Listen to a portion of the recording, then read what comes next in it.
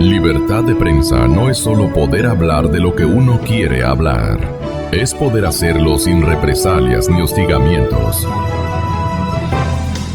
Las emisoras de la radio cadena Democracia presentan el programa de opinión más influyente de la radio. La revista informativa Democracia. ¿Por qué circunstancia podríamos estarnos comparando a Venezuela? ¿Cuáles serían los parámetros que tendrían que agravarse, que ponerse complicados? Si le pregunta esto la ciudadanía ecuatoriana, ¿usted qué nos respondería, economista? Venezuela vive el peor momento económico en los últimos 150 años. Prácticamente desde una guerra cruenta que vivimos en el siglo XIX, la guerra federal, no habíamos tenido una devastación de la economía como la que estamos viendo en Venezuela en estos últimos años, ¿no? Y ese que nos queda también es un poco, nos mide lo que debe ser parte visto por toda la región, no solamente el Ecuador, por toda la región, lo que implica cuando muchas veces se tiene modelos que, digamos, violan todos los principios fundamentales de la economía, en mi caso específico que me corresponde hablar, cuando se le da preeminencia al mantenimiento en el poder que a otra cosa y se sacrifica los que son, digamos, los elementos claves del funcionamiento económico de un país, pues puedes llegar a una situación extrema como la que vive en este momento Venezuela. Y para la ciudadanía ecuatoriana, ¿qué cosas son las que efectivamente, sufre hoy un venezolano en mi país? Bueno, la peor inflación del mundo. Venezuela el año pasado, según nuestro Banco Central, la inflación cerró en 181%. Este año no hay dato oficial, pero nosotros calculamos que la inflación ya va por cerca de 250%, e incluso si medimos la inflación metiendo los mercados negros que existen en Venezuela, supera el 700%. Imagínense estos números. La pobreza se ha duplicado en Venezuela, de acuerdo a una investigación de las 3 universidades más prestigiosas del país en los últimos 2 años. Tenemos un poco más de 70% de personas por debajo de línea de ingreso, que mide un poco la pobreza, y cerca de 40% en pobreza extrema, es decir, personas que no pueden ni siquiera cubrir la canasta alimentaria básica.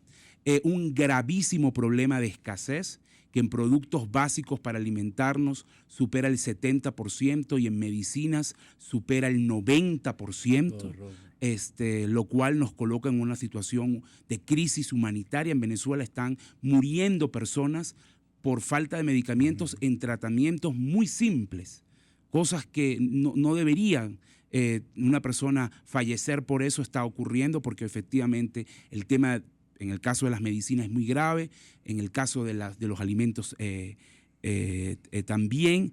Entonces esos son algunos indicadores, digamos, sencillos pero de impacto para que entendamos, sobre todo en el común de la gente, porque después podemos decir, bueno, cómo eso afecta a las empresas, cómo eso puede afectar otros parámetros, pero en la gente estas son las cosas que día a día sufre el venezolano. El venezolano hoy en día en Venezuela no tiene calidad de vida. Es una persona triste, es una persona preocupada, es una persona que se levanta pensando que tiene que conseguir productos, que deseando no enfermarse, y si tiene alguien enfermo buscando a ver dónde consigue las medicinas, quién le puede ayudar. Es una persona que va al trabajo, pero que sabe que ese trabajo no se va a convertir en un medio para el ascenso social, para cambiar su vida. Los jóvenes en Venezuela se están yendo porque no tienen futuro. O sea, toda la aspiración de un joven, que es terminar una carrera, casarse o emparejarse, tener una casa,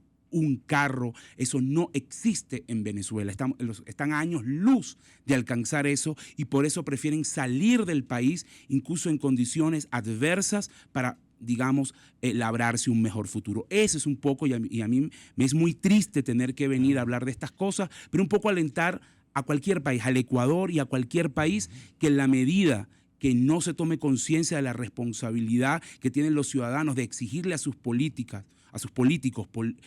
políticas, valga la redundancia, responsables en el manejo de la economía, pueden llegar a una situación extrema de crisis como la que está viviendo mi país. ¿Por qué se dejó engañar la comunidad venezolana? ¿Qué es lo que le plantearon al presidente Chávez? Mire, yo creo que más que, no me gusta hablar de ignorancia del pueblo, yo creo que Chávez es una consecuencia histórica de lo que pasó en Venezuela. Obviamente hay responsabilidad en los políticos que administraron el país en el pasado, sí, totalmente, lo que pudiera llamarse la política tradicional, lo que fue los 40 años de la democracia en Venezuela. Se descuidaron muchas cosas. Efectivamente, la situación se deterioró muchísimo en términos institucionales, en términos sociales, y por supuesto eso fue caldo de cultivo para que un hombre, que hay que reconocerle, que supo vender un mensaje de esperanza muy bien estructurado, lograra cautivar a grandes masas. Pero luego de eso... ¿A quién le vendieron primero la idea?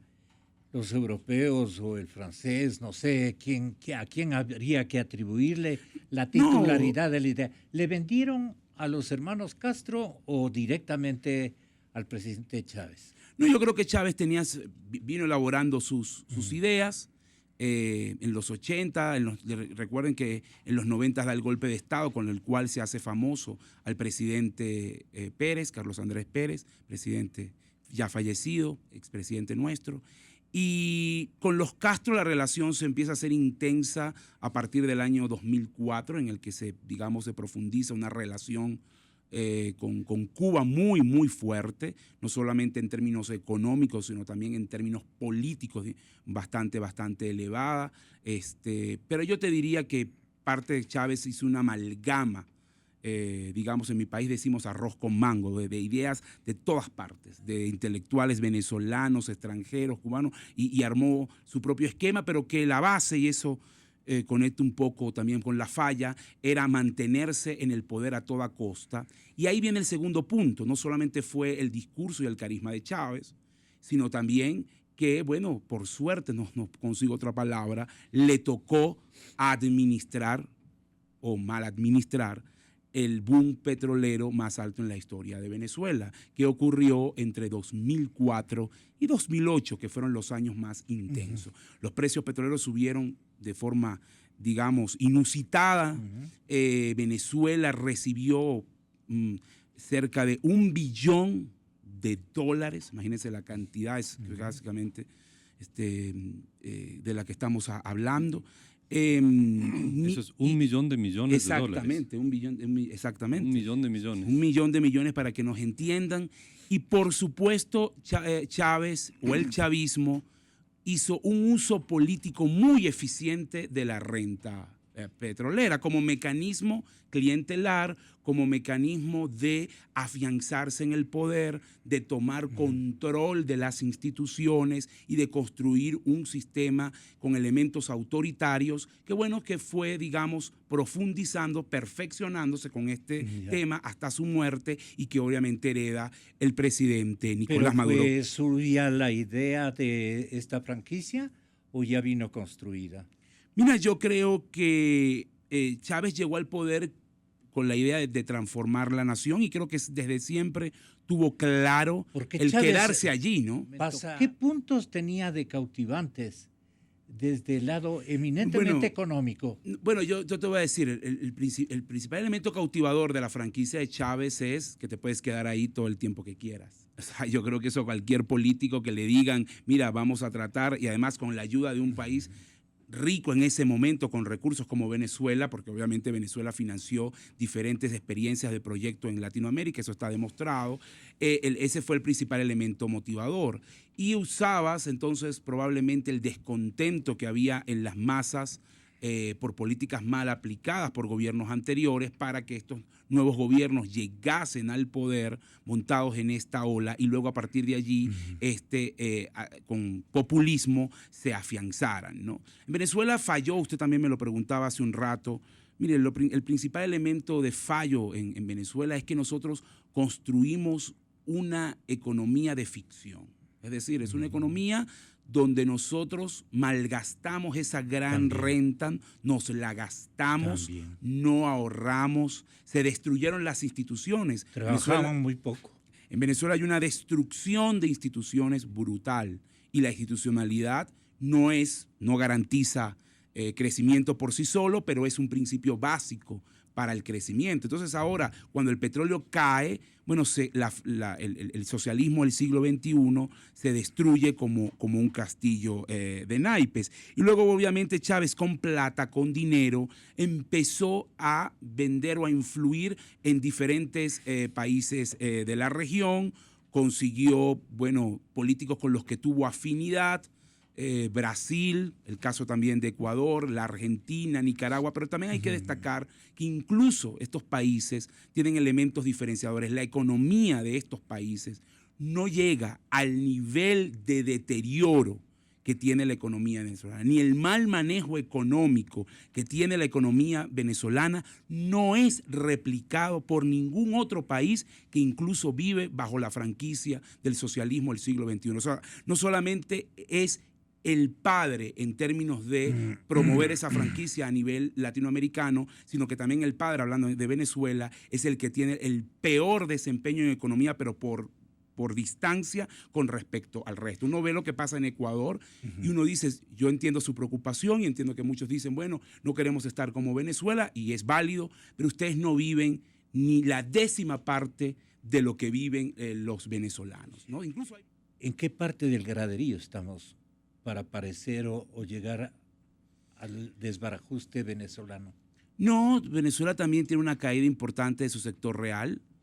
Vicente puede decir el orden de magnitud, pero en el caso de Venezuela la mayoría de los sectores está cayendo 2 dígitos. Por ejemplo, la manufactura este año es probablemente que caiga 12%, no sé cómo está en el caso del Ecuador. No tanto. No. Por eso, es decir, es lo que decía antes, nuestros números son exageradamente graves. Sí, parecen marcianos. Totalmente, parecen de otro mundo, pero lamentablemente son reales. Sí. Venezuela ha perdido, para que ustedes tengan una idea, quienes nos escuchan, si usted compara el tamaño de la economía venezolana en 2016 con el tamaño de 2013, cuando llegó el presidente Maduro, hemos perdido una 1/4 parte de nuestro valor como economía.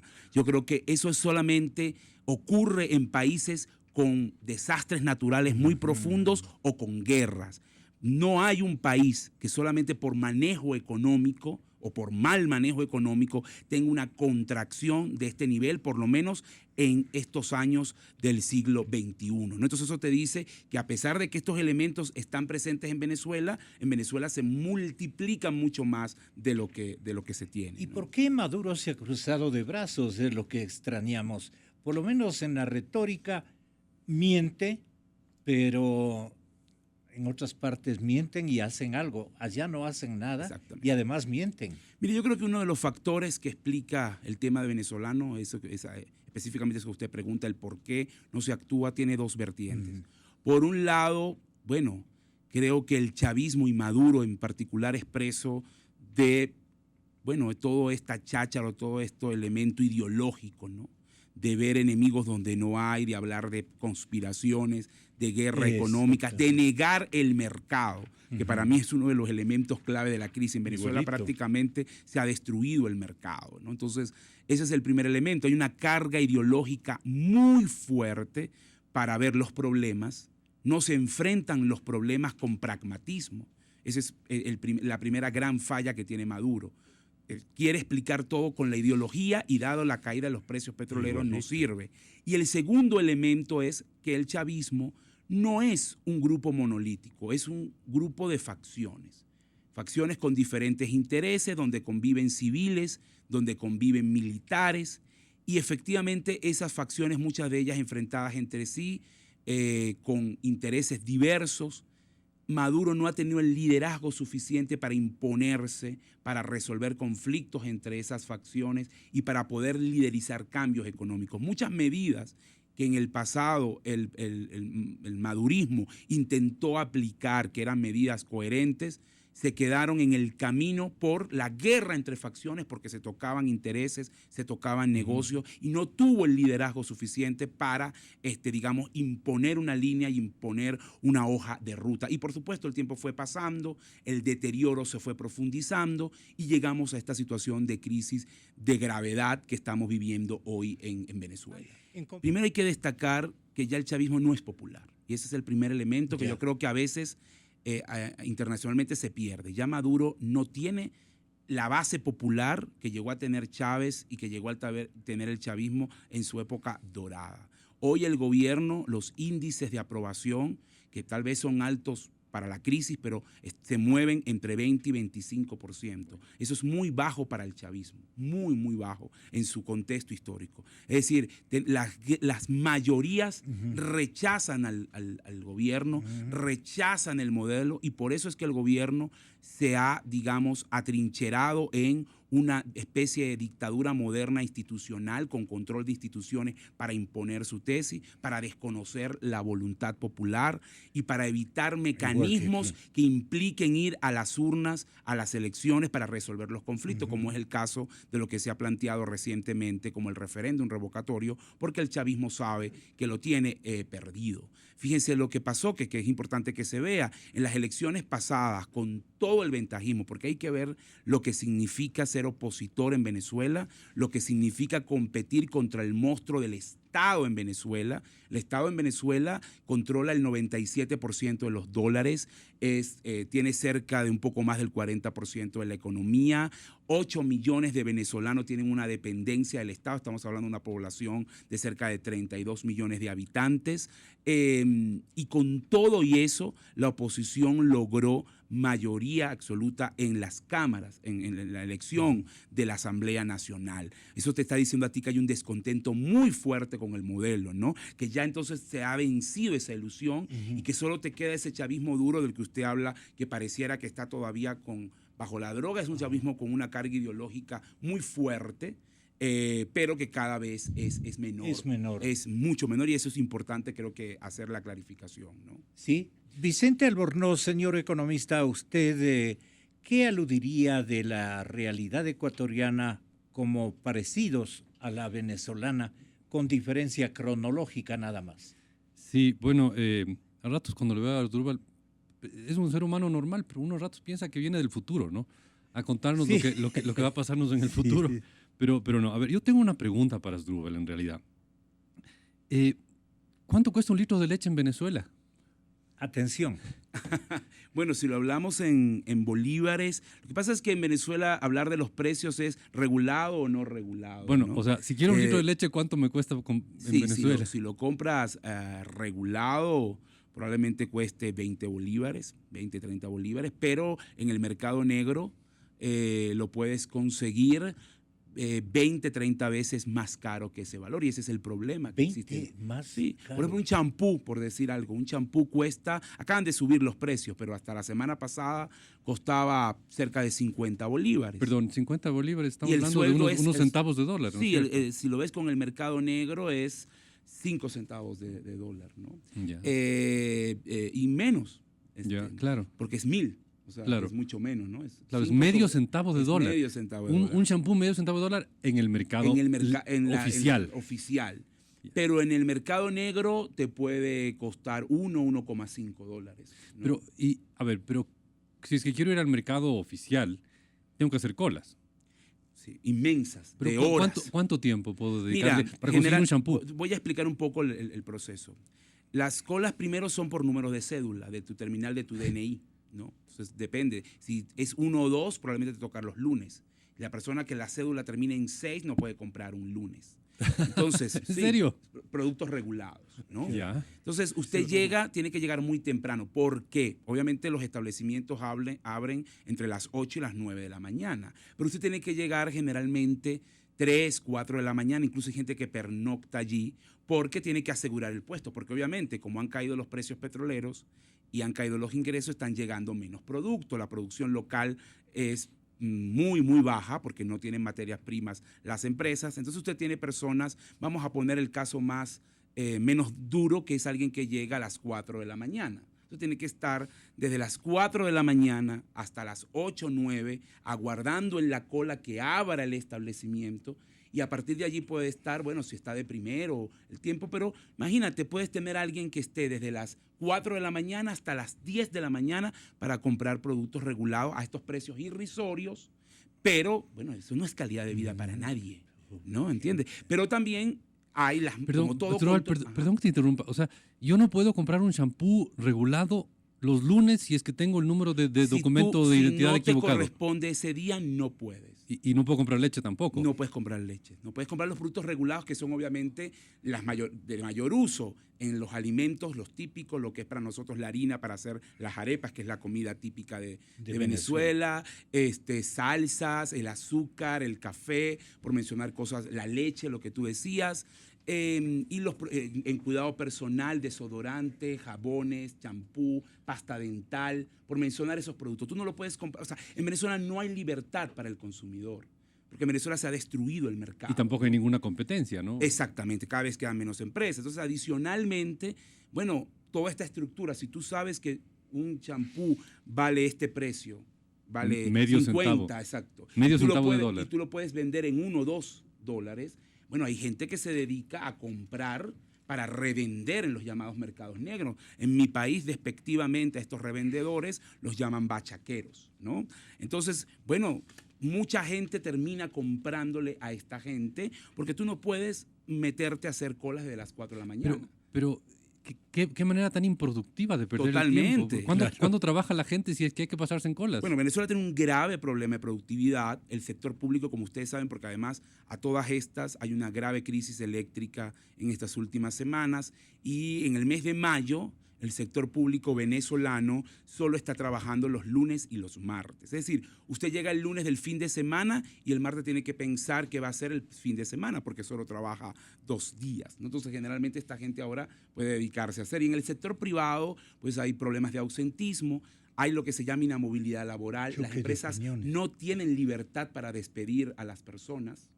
Hay unas restricciones importantes, tienes que negociar, o sea, no es tan sencillo, lo puedes hacer, pero no es sencillo. Entonces, la gente muchas veces deja su trabajo a conciencia para ir a hacer la cola a comprar un producto. Y también, como tú le dices a un trabajador que está en una situación difícil, que no haga una cola para comprar alimento para sus hijos, ¿cómo le dices? No vayas. Es complicado, ¿no? Es una situación, la verdad que es una situación muy, muy, muy, muy dura y es hasta de realismo mágico. Es una cosa que si probablemente yo no se las cuento o no se viera en la televisión, usted no pensaría que en esta época y en el nivel en el que se encuentra hoy el mundo, este tipo de cosas estén pasando. Sí, si no fuera porque alguien con tanta credibilidad como Osdurbar nos lo cuenta, yo no hubiera creído que las personas con la cédula equivocada no pueden comprar shampoo los martes. Parece broma. No puedes. Y además no solamente tienes que poner, hay doble control. No solamente tienes que tener tu número de cédula, sino tu huella. Usas máquinas captahuellas. Tienes que estampar la huella. Eso es para evitar que, porque además es importante esto. No puedo comprar el día que me toca todo el champú que yo quiera. Solo tengo hasta 2. Y de pasta hasta 2. Y de harina 2 paquetes. Es decir, también está limitada la cantidad por persona. Es una especie de libreta de racionamiento moderno.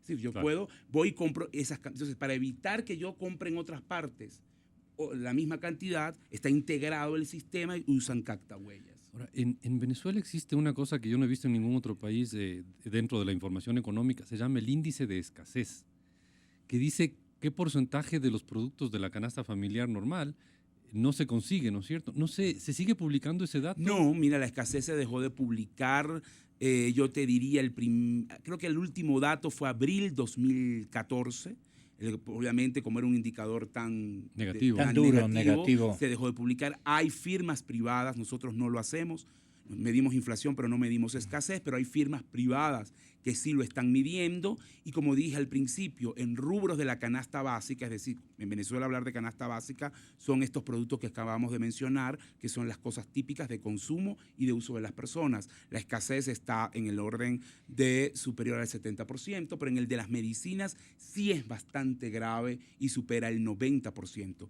Incluso a veces en Venezuela, ahorita no, pero es un tema puntual, pero en Venezuela a veces no se consigue ni siquiera un antigripal.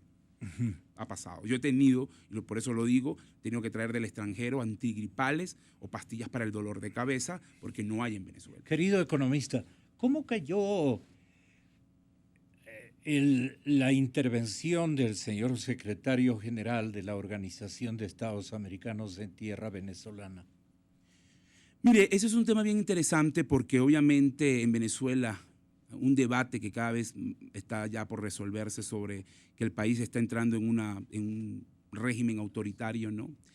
Y cada vez hay como una confluencia, así como uno habla de confluencia de los astros, de confluencias de actores internos y externos reflejando eso. Y uno de los elementos claves de esas opiniones fue la carta del señor Almagro como secretario de la OEA, ¿no? Primero el tono, que no parece el tono diplomático, muy duro, incluso tutea al presidente Maduro, pero prácticamente deja al descubierto los graves déficits democráticos y de ausencia de democracia que tiene Venezuela, ¿no? Es un país que efectivamente, yo creo que el dilema que tiene el presidente Maduro, lo digo ya a título personal, enfrente es o es demócrata o te terminas de convertir en dictador, ¿no? Pero ser demócrata implica necesariamente que tienes que reconocer que probablemente vas a salir del poder, porque todos los estudios de opinión te están mostrando que pierdes. Entonces, ese es un tema, el gobierno cada vez viene cercenando libertades, ha establecido una figura que es excepcional en la Constitución, como es un estado de conmoción interna que permite, limitar libertades importantes, derechos políticos, económicos para los venezolanos, con la excusa de la situación económica, y tiene que ver un poco con ese nuevo giro que está ocurriendo en Venezuela. Yo creo que somos un país que estamos en una transición, y creo que efectivamente esto es parte de cómo vamos a salir de este ciclo, ¿no? Hay que pasar de la guerra de palabras a la búsqueda de soluciones. Y en el caso venezolano, las soluciones son quizás más políticas que económicas este momento, porque hay que hacer un cambio de mando en Venezuela y ventajosamente la Constitución venezolana, Asdrúbal puede corregirnos, considera la posibilidad de una revocatoria de mandato y eso es como la válvula de escape que podría aplicar Venezuela a este momento. Entonces, ese es el cambio que necesita Venezuela este rato para que un nuevo gobierno, sea del que sea, tenga una posición nueva y pueda implementar todas las reformas económicas que son inmensas, que son incontables, que es la única manera de sacarle a ese país. Mire, hay una cosa interesantísima. Venezuela es el país que más va a contraerse su economía este año, ¿sí? Del mundo, de América Latina obviamente, pero es el tercer país con más reservas de petróleo del planeta. Solo le gana Arabia Saudita e Irán. Y depende cómo le mida, podría Venezuela quedar en segundo puesto. No, y hasta de primero, algunas claro, mediciones. incluso si es que toma el petróleo más pesado como medición también, es el país con más reservas petroleras del mundo. Pero claro, es el país con más controles de precios del mundo, probablemente, y sin duda es el país con la peor inflación. Imagínense, controlan el precio para que no suba, pero es el país con más inflación del planeta. Entonces, a ver, necesita primero un cambio político para que después, a través de ese cambio político, se pueda implementar el cambio de modelo económico, que es básicamente hacer todo lo que se ha hecho, pero al revés. Exactamente hacer al revés de lo que se ha venido haciendo hasta ahora, de controles y después controles para controlar a los que controlan y después controles para controlar a los que controlan a los que controlan. Eso es la peor manera de manejar la economía.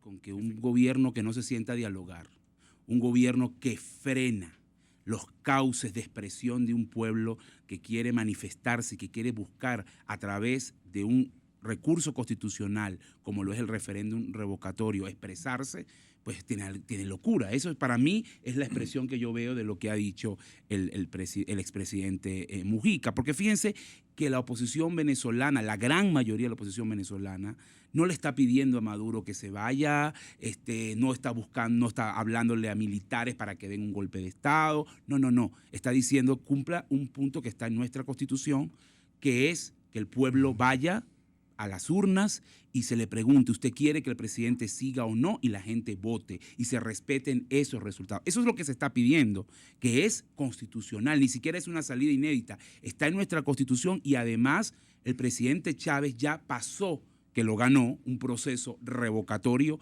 en el año 2004.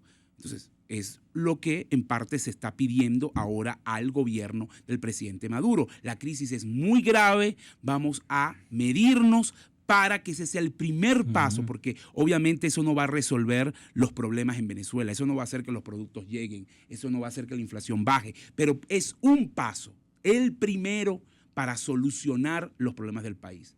Y eso es un poco lo que se está pidiendo.